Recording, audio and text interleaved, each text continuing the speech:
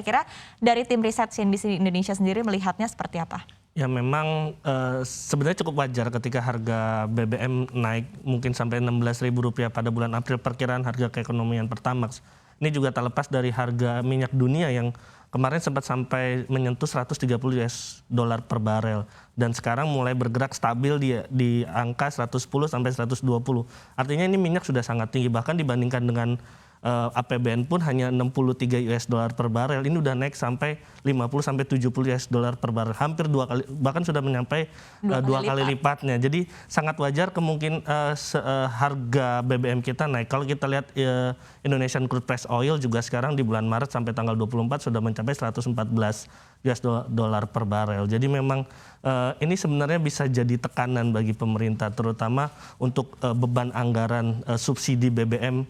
Walaupun memang Pertamax sendiri bukan non subsidi ya, cuman secara keseluruhan ini yang patut diperhatikan, harga minyak kemudian naik, anggaran subsidi juga naik. Nah ini mungkin bisa berdampak ke BBM jenis lainnya juga. Oke, kalau Pertalite mungkin tidak akan naik ya karena disubsidi oleh pemerintah, meskipun juga anggaran subsidinya ini artinya perlu diperbesar begitu. Tapi kalau kita lihat dari Pertamax sendiri, menurut Anda apakah memang diperlukan adanya penyesuaian harga begitu? Karena rentangnya sangat jauh nih dari 9.000 ke 16.000. Apakah memang diperlukan kenaikan harga, ataupun jika adanya penyesuaian harga kira-kira di level berapa sih yang mungkin masih tidak terlalu memberikan shock begitu kepada masyarakat? Ya, menurut saya itu penting ya, karena ini menyangkut Pertamina juga. Pertamina yang ujung-ujungnya nanti kena ke pemerintah juga sebenarnya. Jadi ketika Pertamina harga Pertamax sekarang selisihnya sampai 7.000 misalnya nanti bulan April perkiraan. Nah ini akan membebani Pertamina. Kalau misalnya hitung-hitungan dari tim riset, nomboknya itu bisa mencapai 26 triliun, artinya sudah sangat besar. Ditambah juga sebenarnya sekarang pun dengan harga Pertamax keekonomiannya di 14.500, itu Pertamina sudah nombok 20 triliun. Ditambah seperti tadi belum utang, kemudian kurs mata uang yang beda juga, itu akan menambah beban Pertamina yang ujung-ujungnya sebenarnya pemerintah juga bisa kena dampaknya, pengeluaran juga kan nanti untuk membantu Pertamina dalam menambal tombokannya seperti itu. Jadi menurut saya memang sudah perlu, lagi pula juga memang kalau dilihat secara konsumsi, Pertamax ini kan 13-14% dari konsumsi nasional.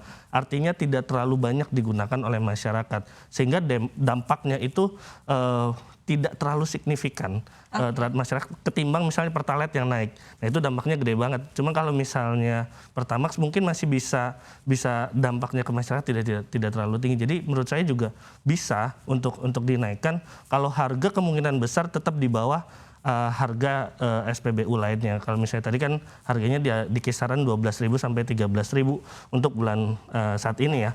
Mungkin harganya bisa di bawah 1.000 atau 1.500 di bawah dari harga pasar. Oke, ya, agar tidak beralih begitu ya, agar tidak kalah saing begitu dari Pertamina sendiri ya. Nah ini menarik kalau kita lihat tadi kan Anda katakan bahwa artinya tidak akan berdampak signifikan begitu ya kepada daya beli masyarakat, karena tadi sekitar 13% untuk pengguna Pertamax sendiri. Nah tapi di tengah momentum akan sebentar lagi memasuki bulan Ramadan, kemudian juga akan ada Lebaran, apakah ini juga akan bisa berdampak juga begitu kepada konsumsi masyarakat tentunya? Iya, kalau pastinya akan berdampak ya, untuk harga minyak global pasti akan berdampak, terutama dari nilai impor bisa jadi, dan juga dari BBM mungkin kalau misalnya menggunakan Pertamax. Tapi karena masyarakat ini 79% menurut data SDM itu menggunakan Pertalite, jadi sebenarnya dari BBM ini masih bisa tidak terlalu dampak signifikan ketika tidak naik. Cuman yang perlu diperhatikan sebenarnya nilai impor barang-barang seperti barang-barang furniture atau kebutuhan sehari-hari yang diimpor dari China, yang merupakan konsumsi minyak terbesar di dunia. Nah itu yang mungkin bisa meningkatkan inflasi nanti, berdampak kepada masyarakat ketika Lebaran, dan juga lonjakan harga komoditas seperti beras misalnya, atau minyak goreng yang sampai sekarang masih belum selesai masalahnya. Artinya akan lebih dipengaruhi oleh komoditas pangan begitu ya. Oke. Nah kemudian ini mungkin pertanyaan terakhir ya terkait dengan apakah memang diperlukan begitu ya untuk menaikkan harga Pertamax ini? Apakah memang sudah sebaiknya diketok palu untuk dinaikkan, atau justru memang ada langkah-langkah lain yang baik ya dilakukan oleh pemerintah begitu? Menurut saya kalau melihat langkah kita komparasi dulu sama yang lain. Shell itu udah 2 kali menyesuaikan harga dengan harga minyak dunia untuk harga jualnya. Menurut saya Pertamina juga seharusnya sudah mulai bisa seperti itu karena gap yang sangat besar ya dari 9.000 ke 16.000 itu cukup tinggi dan range-nya jauh sekali. iya, potensi kerugian dan potensi beban yang ditanggung itu sudah sangat berat. Dan juga ini bisa berdampak ke anggaran pemerintah nanti yang sebenarnya kita sendiri pun masih dalam ketidakpastian. Artinya pemerintah masih butuh banyak cash untuk menopang laju ekonomi Indonesia.